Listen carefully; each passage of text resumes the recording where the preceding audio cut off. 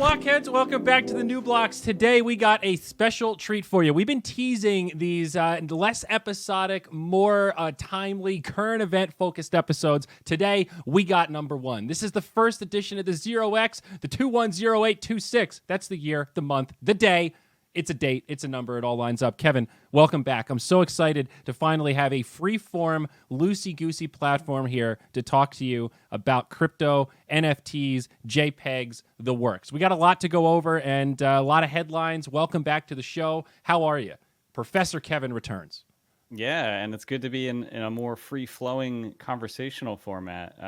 I do a decent amount of prep work for the theme-based episodes, and some of our funnest time spent talking crypto together is just us hanging out talking crypto. And so I wanted to do a bit more of that in an episode format. So these 0x episodes, I'm not sure what we're going to do in terms of like a cadence. I don't know if they'll be every week, every other week. Maybe we'll alternate them. Maybe we won't. I don't know. We'll see. We'll see how we're feeling. Yeah, especially since I'm going to Iceland in like 4 days for 2 weeks. True. So we'll probably be off air for a little stretch there. And then we'll come back feeling fresh with so much to talk about because 2 weeks in the crypto world feels kind of like an eternity sometimes. So I think that's a good way to play it. From a podcasting perspective, schedules are great for consumers. From a content perspective, well, it's nice to be able to talk just when we got something to talk about.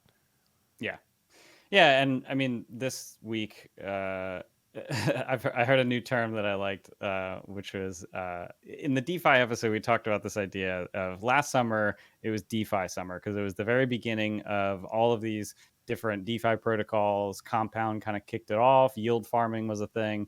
And people were anticipating, given how the market was moving, that this summer would be kind of another DeFi summer. And I think we had even sort of like ended the episode with, maybe it looks like things are kind of turning back this way. That really hasn't happened. DeFi tokens and just in general, I mean, there's new protocols all the time, but I wouldn't really capture what I'm seeing right now in crypto as DeFi summer. And the term that I just heard this week was JPEG Summer, which really does encompass the craziness that we've been seeing. Yeah, it's I had a really great conversation with somebody yesterday. I've been trying to onboard pro gamers from other games into Axie and try to turn them on to the value proposition. And obviously Dota is like my home court. It's right there. So 1437, he played in the International 1. He's been a coach. He's been a pro player in Dota for over a decade now. He played Dota 1 as well. He's been going hard in Axie. He announced yesterday, nice. I think, that he joined CTG, Crit Theory Gaming. It's one of the biggest guilds, like kind of competitive teams, I guess. It's a scholarship, but it's also it's headed by Elijah, who just won that first tournament on this preseason. So they're very focused on like high level arena, that kind of stuff. And I think 1437 or Theban, he's now like top 50 on the ladder. I think he might have even broke top 25 today. He's pushing for number one. Man. Like these guys is hungry.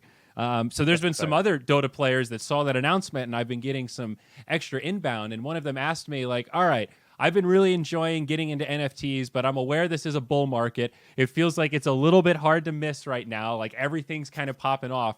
What's it feel like in a bear market?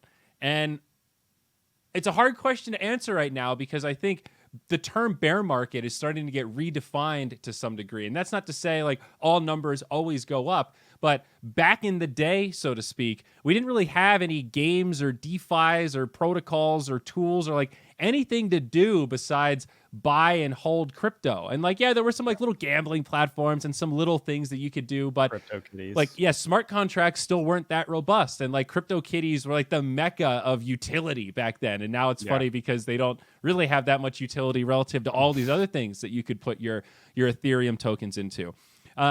So I think it changes the lens when you have something to do. Like if you're heavily invested in Axie, if 75% of your crypto portfolio is in Axie assets that you're kind of speculating on, but also using and trading within that economy and community, you're a little bit insulated. You kind of don't care if Ethereum goes down by 20% or 30% because those are just buy ops for your game. You're going to be playing regardless. If it goes up, you're making money, even more so. And if it goes down, then you have an opportunity to use some of those profits to buy in some more and lower that cost average, more additionally. So I don't know, man. I don't know exactly what the next bear market looks like. If your whole portfolio is like PFP, picture for profile kind of art collections, yeah, Profile picture. Yeah. picture for profile, yeah, picture profile, whatever. Whatever. Profile picture, that's what we'll call it.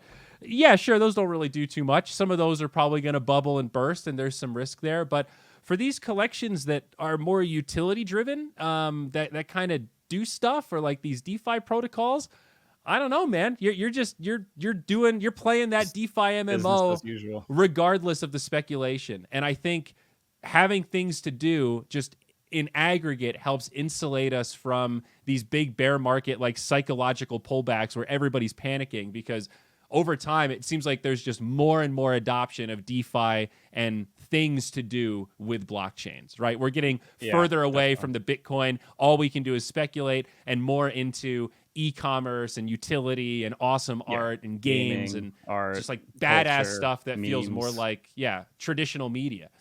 Yeah, definitely. I mean, I totally agree. First, second, I mean, it does seem like every market cycle is going to be different. I mean, that's like not super surprising. But Yeah. like when in our market cycles episode, we sort of talked about like the general flow of like, when all of the previous market cycle and like the Bitcoin market cycles prior, these are liquid currencies that have sort of like very clearly liquid exchange to USD, very easy to graph, very easy to kind of see the flow of all of these coins sort of moving together. And then like at the beginning of 2018, kind of all of them crashing. In this case, just given how much there is to do and how much a lot of these tokens, like, yes, there is a sort of speculative aspect to them, but that's not really the entire purpose, the same way it was back in the ICO bubble. It's very different. And like I saw a good quote recently. It was a tweet by J1MMY, so like Jimmy.eth. He said that NFTs are not like anything that has happened ever. Stop trying to make it a bull or a bear. There are thousands of microeconomies, and the money can shift from one to another in an instant. There are bear and bull markets at the same time. Something will always be in profit. And yeah, I mean, this is kind of a feeling I've had not just about NFTs, but like about crypto as a whole. Like when just crazy shit's going on that just feels very bizarre. In the last week, I think there was like $6 million JPEG purchases going around, or no, in the last 24 hours, sorry. And it's just like this is very clearly bizarre. So like part of it is like, okay, maybe these are top signals, but at the same time, for me, in addition to like a top bottom signal, I think of it as like this is clearly something that is worth my time to pay attention to. From in the case of like NFTs, to try to understand memes a little bit more. I think a lot of what we're seeing with JPEG Summer is sort of like the competitive monetary layer applied to memes. And it's like, one profile picture that has like a goofy looking penguin that does like crazy successfully well might beat out this other one that like maybe the developers put a ton more effort into, but it just didn't like strike a chord, and the meme didn't really take off. So I also think of it from that perspective. It's just like these are kind of just memes that are bouncing around in crypto land, and different ones are becoming more successful. I would not have guessed that CryptoPunks would have become as successful as it has. Right. Yeah.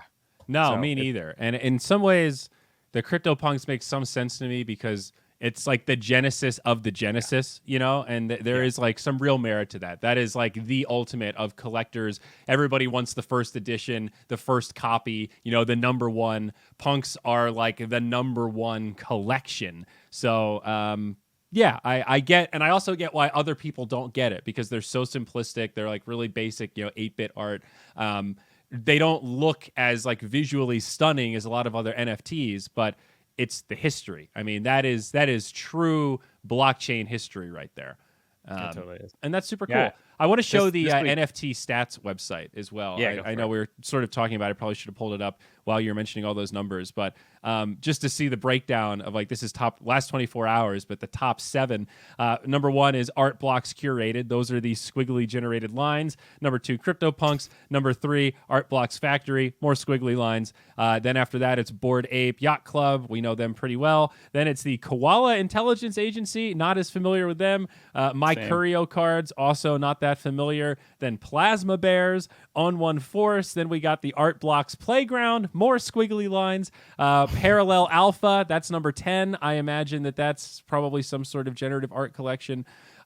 So yeah, there's like a lot of collections out there that you're probably not that aware of that are still doing serious business. And I think that, echoes the point you were just making even more. It's not necessarily about the best or the most utility. There is some just intrinsic meme marketing viral value. Does some big community of whales buy into this? And once you have a group of people that are kind of one-upping each other, it gets real competitive real quick. We're competitive creatures at our core after all, Yeah, scroll down just a little more on that page. They do top selling NFTs of the last 24 hours.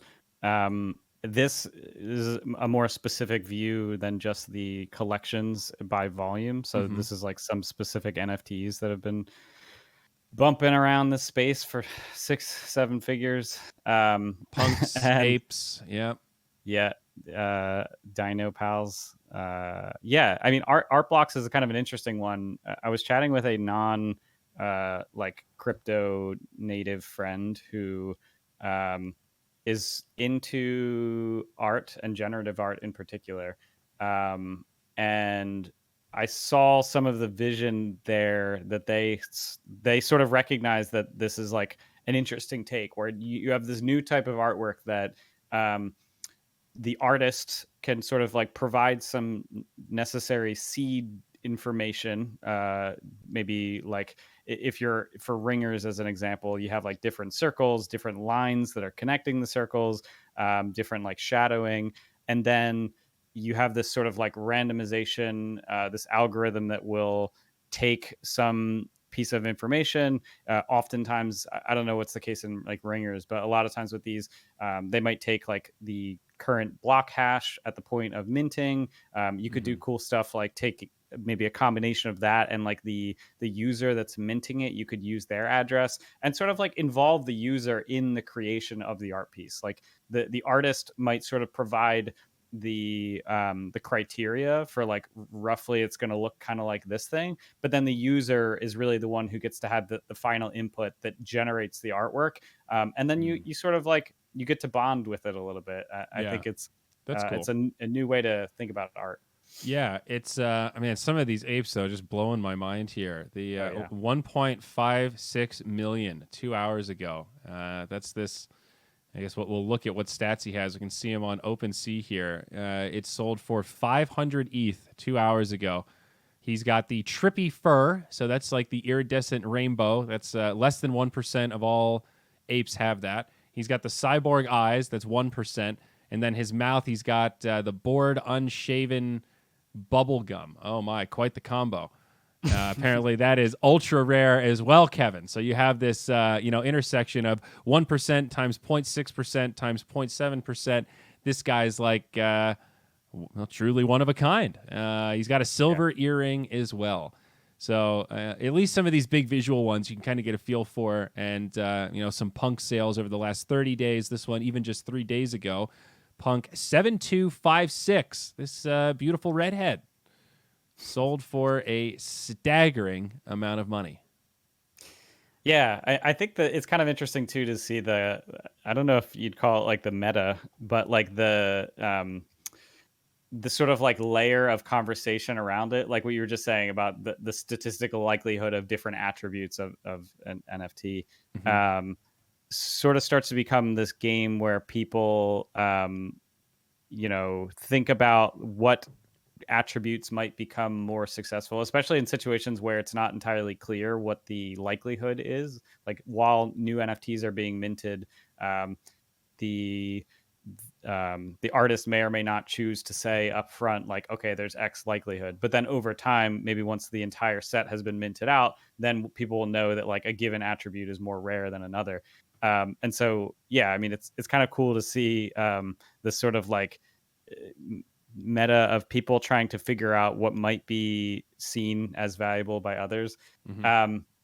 I mean, again, I mentioned in the NFT episode, for me, it's always the important thing thinking about any of this, that whatever NFTs you're considering buying, make sure that it's actually something that you like from a visual perspective, Right. because you should not at all expect that these numbers, these prices are just going to go continue to the moon forever, right? Like Yeah. I could totally see a hot potato situation where people then move on to the next thing, and now you're stuck with some NFT that you drop more money than you Right. mean to. And scarcity is this weird thing in this space where it's kind of manufactured, right? So all of these collections have kind of copied and pasted the 10,000 model. You know, there's 10,000 of these only. They're all different. That's it. That's the scarcity. But when you can have an unlimited amount of collections, and some of them, like, how many different goofy looking animals do you need? At what point is that not really scarce anymore? And obviously, some of the individual collections will maintain that scarcity, but a lot of them will sort of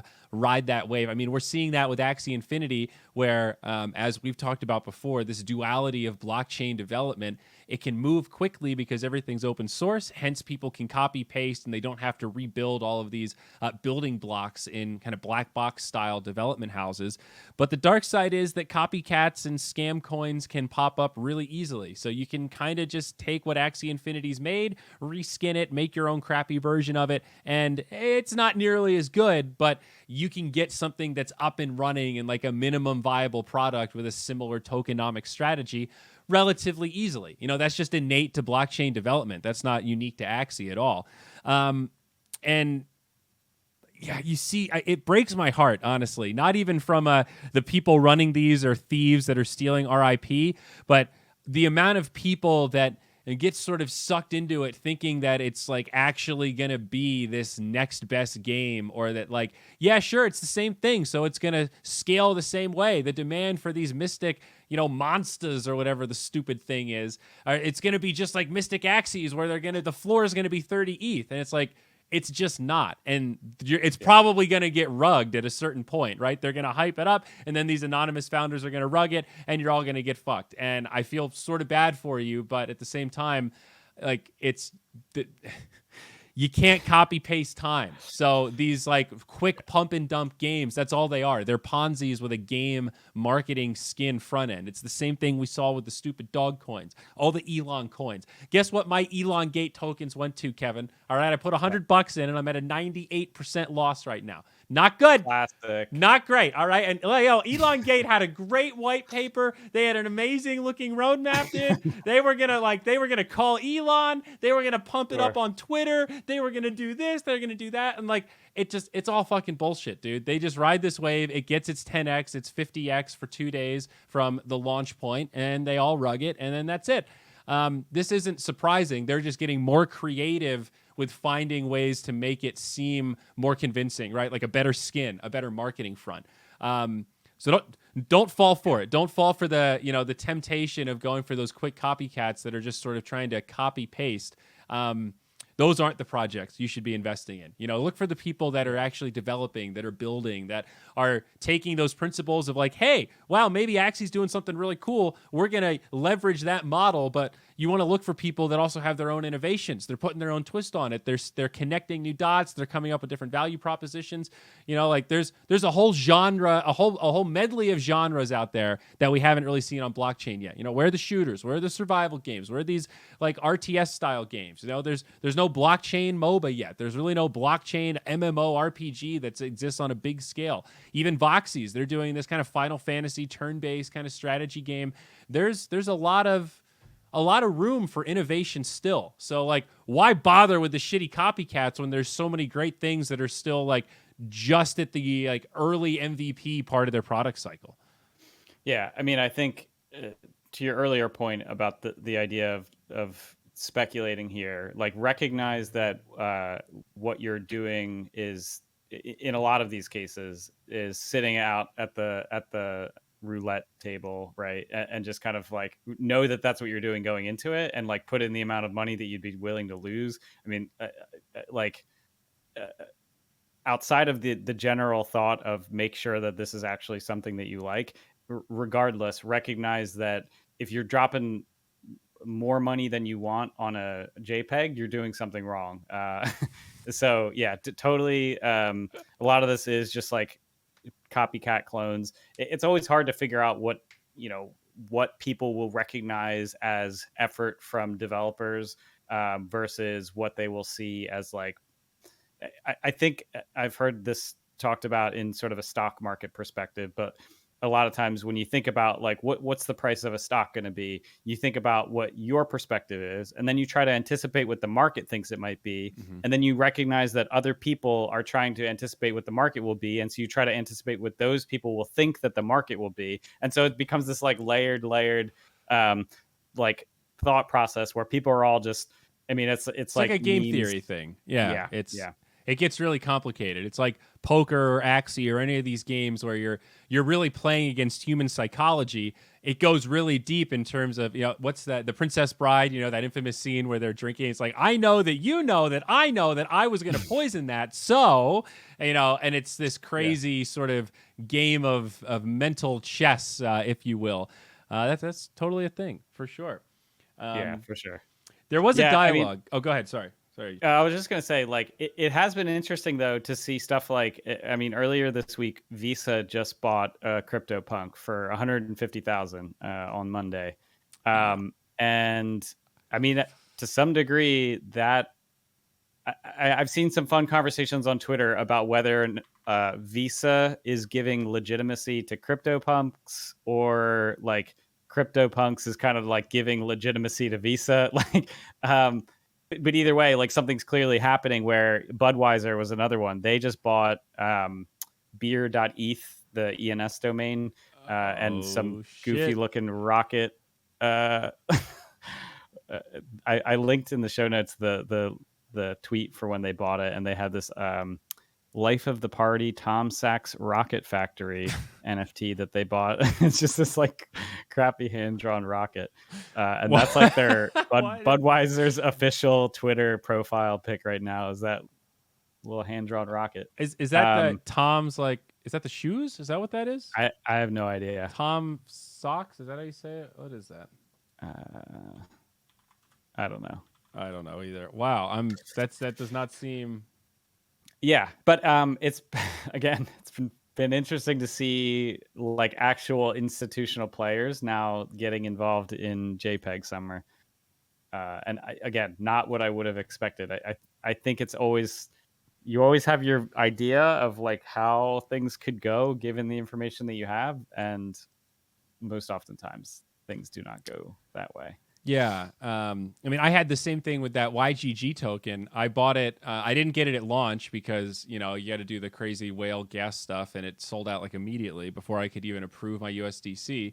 So I bought in at like $1.50 or something for YGG, and now it's at like almost $10, and it's gone up so much that I'm getting hammered on IL, like staking for like sushi rewards. I was so excited about the like 100% APY. Oh my god, these rewards are amazing! And I knew that YGG token would go up. I didn't think it would.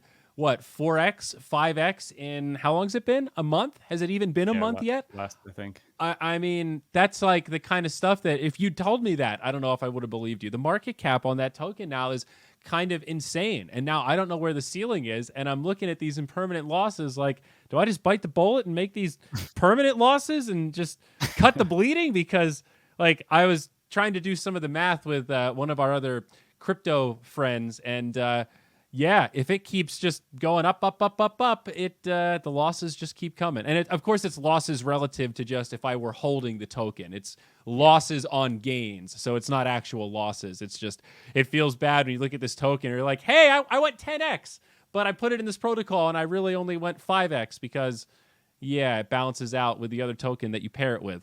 Just suboptimal feeling. It's quite the roller coaster where you go from I'm winning to, okay, I'm not winning as much as I thought I was. Damn it. Yeah, I mean, sometimes if there's a project that releases a token and you're sort of into this idea of the token, the next thought is like, do I buy and hold this token, or do I go provide liquidity and like earn interest knowing that other people are going to want to trade for this token? Yeah. And maybe it's a situation where you do a little bit of both, but it's hard knowing that, especially on layer 1, just gas fees are absurd. I think right now they're up to 73. Yeah.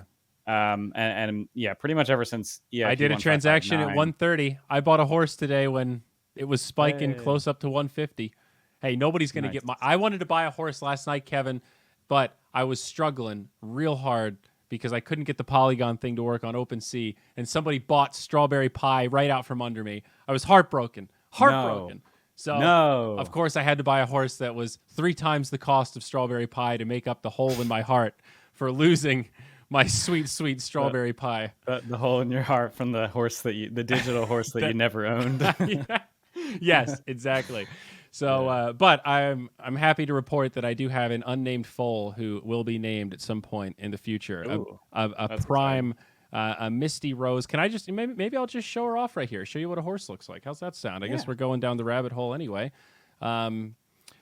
zed.run's an interesting one. There's so many of these. I'm really focused more on the gamification and like utility things more so than the collectibles. So this is much more my wheelhouse. But really pretty complicated stuff. Like one of our mutuals in our crypto call just the other night was sort of selling me on like the concept, and I was going through okay, you've got the bloodline, you've got the breed type, then you've got the color, and then within that there's 2 genders, and then there's a genotype, which is a Z number that starts at 1 and goes all the way to like 268 or something like that. And basically when you breed 2 horses together, you add the Z numbers together and the baby has that new number. So mine's a Z4. If I bred it with another Z4, I would have a Z8 baby. And the higher the number, basically the quote less pure the horse is, like kind of the crappier the horse is, I think. It loses that Nakamoto bloodline. Yeah. So like, well, within the genotype numbers, then there's variants of like the different breed type and then the different bloodline. I think Nakamoto's the best bloodline. I'm pretty sure. And Philly means this one's never been bred. So my strategy, Kevin, you can't see it here on OpenSea, but they have other websites that kind of scrape the blockchain. I wanted to buy a horse that had a low Z value for breeding that has never been raced before, because a big determinant of a horse's value is how it does in races, and if it's never raced before, it has a potentially pristine record, you see. It's a potential unicorn. Mm-hmm. So that's my angle to try to leverage. And you can breed, I think you can breed these horses, the mares, once every like 26 days. They can make a foal. So that's how, like, similar to Axie, you buy your Axies, you battle with them, you get a little bit of an ROI. Similar idea with zed.run. You can either race the horses and get some ROI there if they're really fast, or you can like breed them and then slowly selling off the offspring generates some return. Yeah, I think again the idea of like adding layers of complexity to it. Like at the end of the day, we're talking about like virtual horse races. So from the one perspective, it's kind of cool in that we don't have to go abuse animals to be able to do horse races in the future. That's a plus. Yes, that is. From the other perspective, it's sort of a like very hard line realization that like horse races are just basically like gambling on statistical likelihood, and like very much so in this case, like we've abstract away all of the like physical meat space of real animal horses, and now we're just like working with pure numbers, random number generation, but adding in these kind of like more gamey sort of mechanics to it definitely kind of makes it feel a little more involved, adds that sort of meta that I was talking about, that I think people just like to do that. I mean, I don't know, I've always sort of personally found it a little bizarre that we're still doing horse races with like physical horses. So now knowing that there's like this sort of potential future alternatives, kind of neat. Yeah, and I didn't really buy the zed.run thing at the beginning. Like I remember watching some of the streams on Twitch, just being like, I don't really get this. Like if it's just statistics online, like what are we really watching? But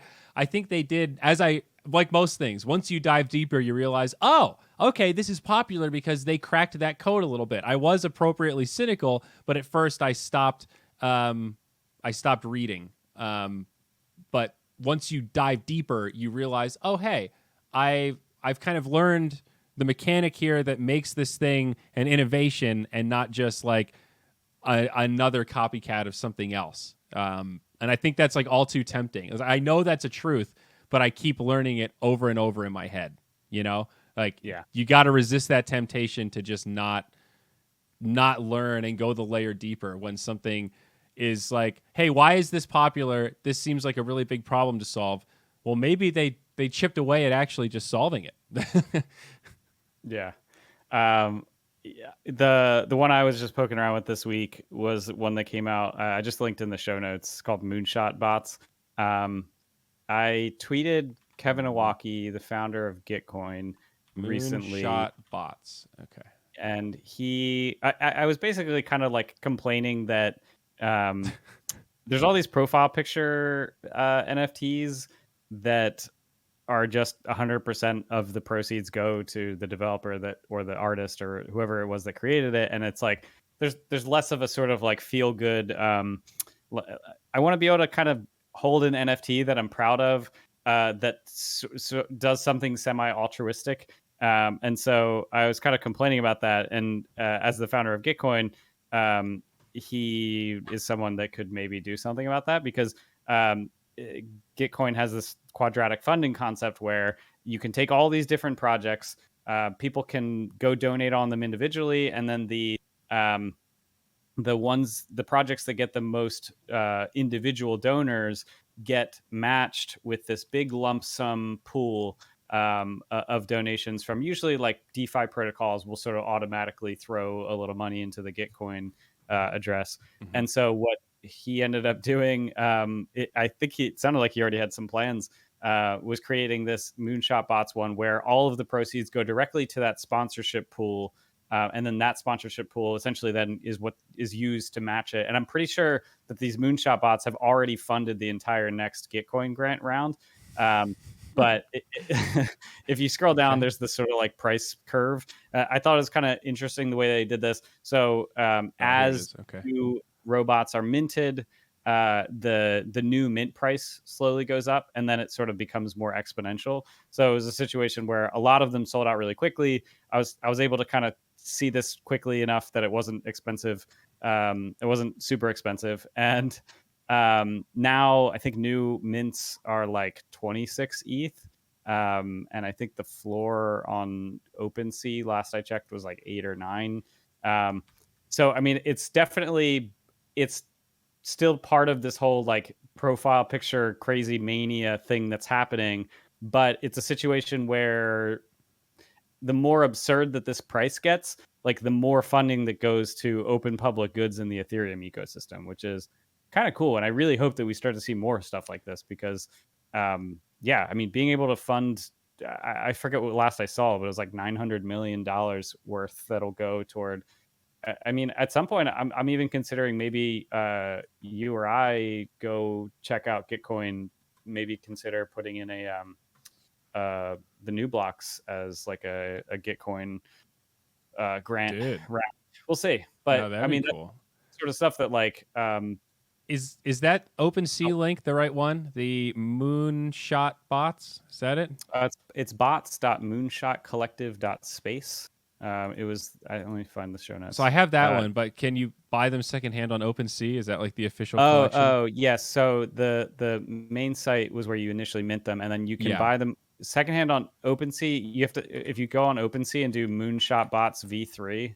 I don't know if it was V3. Okay, that's what I was lacking. So there's okay. You find it? Gotcha. Oh yeah, there's that floor. Okay, let's check this out. I'll share it with the people here. So MoonShot bots V3.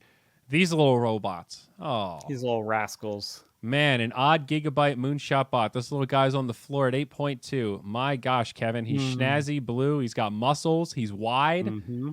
Oh, wow. You get some more rare attributes like backgrounds and additional colors. There's some purple ones in there. There's ones with special nighttime backgrounds. Wow, there's one with a bow tie.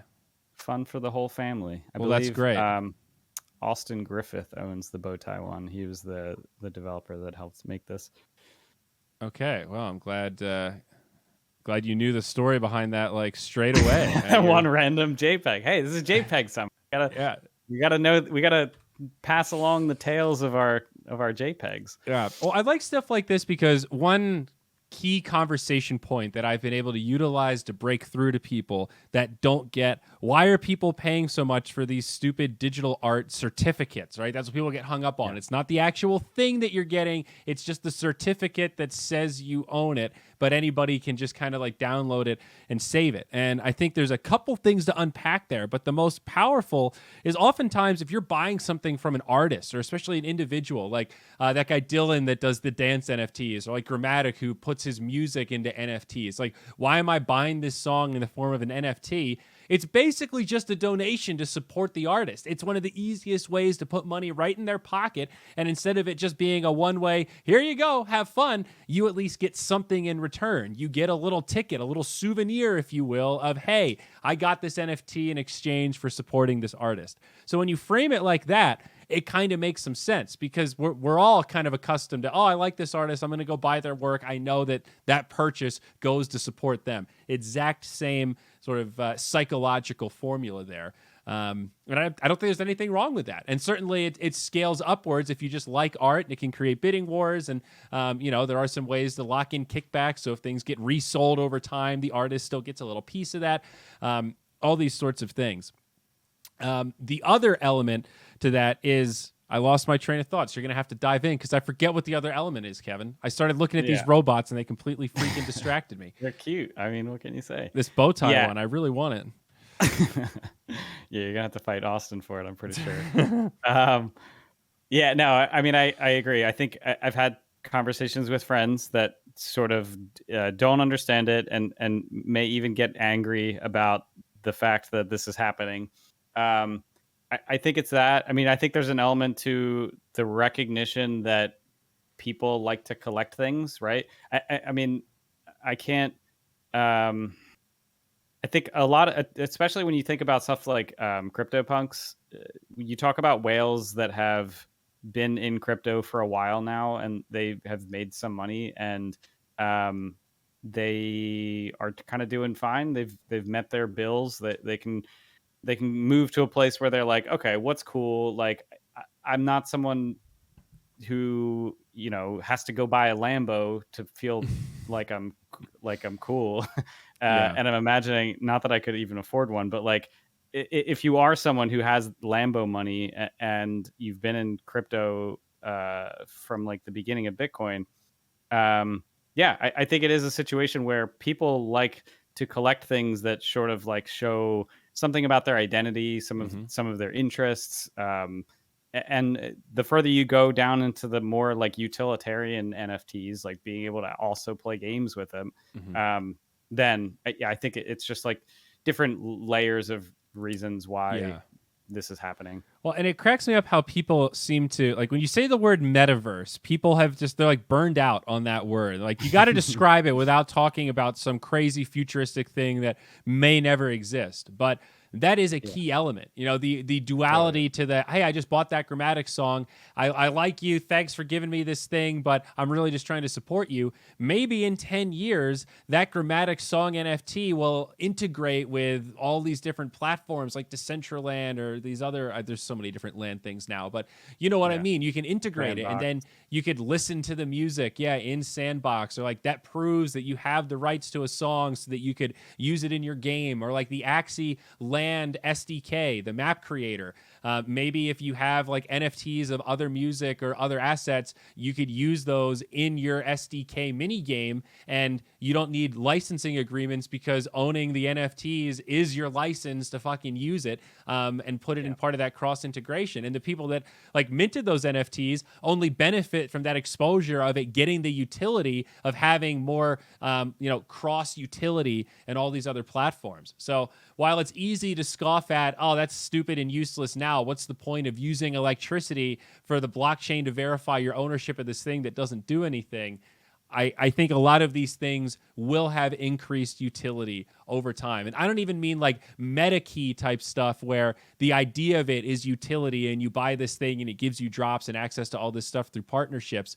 I mean just this picture, maybe you can use it in environments in the future. You know, maybe there will be a battle game where your avatar is an avatar based on the NFTs that you own. You know, like if you have a punk or you have one of the ducks or you have an ape, that could be your character that's driving the go-kart or swinging the sword or whatever it is. That's the kind of cross integration that we're not there quite yet, but that shit's coming, dude. A lot of people are thinking about that, and I know that there are a lot of builders very excited about that cross integration future. So yeah, as soon as I minted my first CryptoKitty back in 2018, I immediately foresaw a vision where I was hanging out in like a virtual reality version of my apartment, and like my little CryptoKitties are walking by. And now, yeah, you start to add in all the NFTs that have come to fruition since. And it starts to paint the Ready Player One vision of this world where you don't have all of these individual walled gardens where nothing interacts with anything else, because that would cut into a company's bottom line, to this new version of an ecosystem where everything is cross-compatible and everyone is incentivized to make their thing cross-compatible. And it just totally flips the model on its head. And I think you're totally right about this. We haven't really landed on a definition of metaverse yet, but I think the way I think of it is this longer term vision of just a total reframing of the model, for, you know, going from walled garden land over to open, you know, everything's cross compatible. Totally. And at least the first step is all this stuff kind of speaking the same language. So it's baby steps. But I mean, imagine if some of these traditional game devs start putting stuff on the blockchain. I mean, I was chatting with somebody last night about, imagine if like Diablo 2 started like all these Blizzard IPs, you know, like I have so much nostalgia for these games, and games like Diablo have these really iconic items that were all based on dice rolls. And maybe like imagine a world where they take the rarest item in Diablo, that's like there's 1 or there's 10 or whatever your starting point is, and then everything else that's in the game within like, you know, uniques or something, there's that many created relative to their rareness. How sick would it be if like 10 years from now you had one of the 10 wind forces from Diablo 2 and you're out there in some, you know, archery game with this badass bow that's like, I would buy a grandfather's sword. You know what I'm saying? Like there's so many iconic pieces of imagery from those old games. That's just one game from one developer in one little gaming universe. Think about all of the different universes out there, like all of the amazing games you've played. All those assets could be turned into NFTs and then become like cross-compatible with each other in this crazy like environment where all this stuff interacts, and it's not just infinite, right? There's actual scarcity and value attached to it. Think about, I don't know if there's any World of Warcraft players out there that miss that old school classic day of being able to look at a character and know how good the items are. Like, oh, he's got the tier 2 shoulders. Whoa, shit, he's got the tier 3 3 chest. Oh my God, the staff of a whatever. Like, and then once you introduce transmogging, it's like, yeah, all the characters look really cool, but they become sort of visually meaningless. And NFT scarcity in this kind of like metaverse world where they're all interconnected, that's a really cool way to give like, that's utility right there. That like visual aesthetic in a world where you want to do stuff, you know, visual aesthetic of, hey, I got this picture and it just sits there. That's not that cool now, but in a world where you can use it or like, you know, battle with it. That's badass, man. That is badass. And I think part of the interest in utility comes from the implied hope or anticipation that the projects that end up becoming popular and having developer teams that continue to work on the project will continue to add functionality. And if they continue to decentralize themselves in a smart enough way, can get to a place where anyone can start to add functionality. And then it's sort of this like snowball effect to, you know, maybe CryptoPunks are just little crappy JPEGs, but maybe in, you know, some new version of some game. Like there's the CryptoPunk where it's like totally 3D. Right. Or it's like MIDI. You know, you have the note, but a different MIDI device can make the sound more robust Whatever or it different wants. depending on what it is. So yeah, you can Totally have different different format. like you have your axes, but depending on what world they're in, they might look a little different, right? The graphics engine might not be exactly the same. And it's funny because I've heard people flame that, like with Yats and the emojis. This is stupid. Emojis look different on different platforms. It's like, well, yeah, but who cares? It's still the mermaid emoji. I don't really care if it's a different mermaid. I mean, I'm not. I don't feel that attached to the emojis. I digress. Yeah. Emojis are a good example there, though, where it's like, yeah, I mean, like people can have different interfaces to it. And like maybe CryptoPunks was a very simple example of it, but getting to this place where you have like these full games where, yeah, like your axes can go over to this other game and like go play in WoW where you could have like a pet that follows you along. Maybe eventually you could have like your axie follow you along.